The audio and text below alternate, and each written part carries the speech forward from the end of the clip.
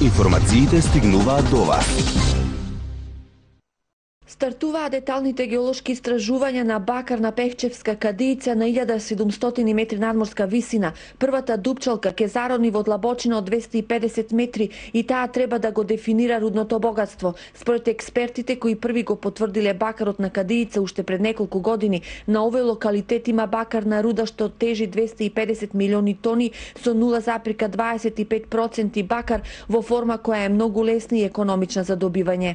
Но е карактеристично дека 1 тон бакарна руда добиена од тој тип на наоѓалиште е 4 пати поевтина нејзиното добивање отколку од наоѓалиштето од типот на активниот бучим.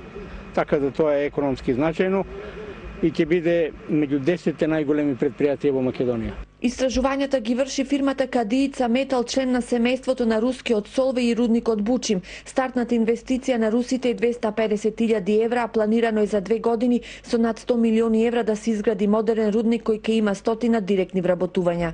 Карактеристично по тоа што имаме оксидна руда, таа оксидна руда ќе се преработува по пат на лужење, треба да поникне тука во околината една нова фабрика, инвестициите се значајни. Кадијица ја враќа надежда во пасивниот Малешевски крај.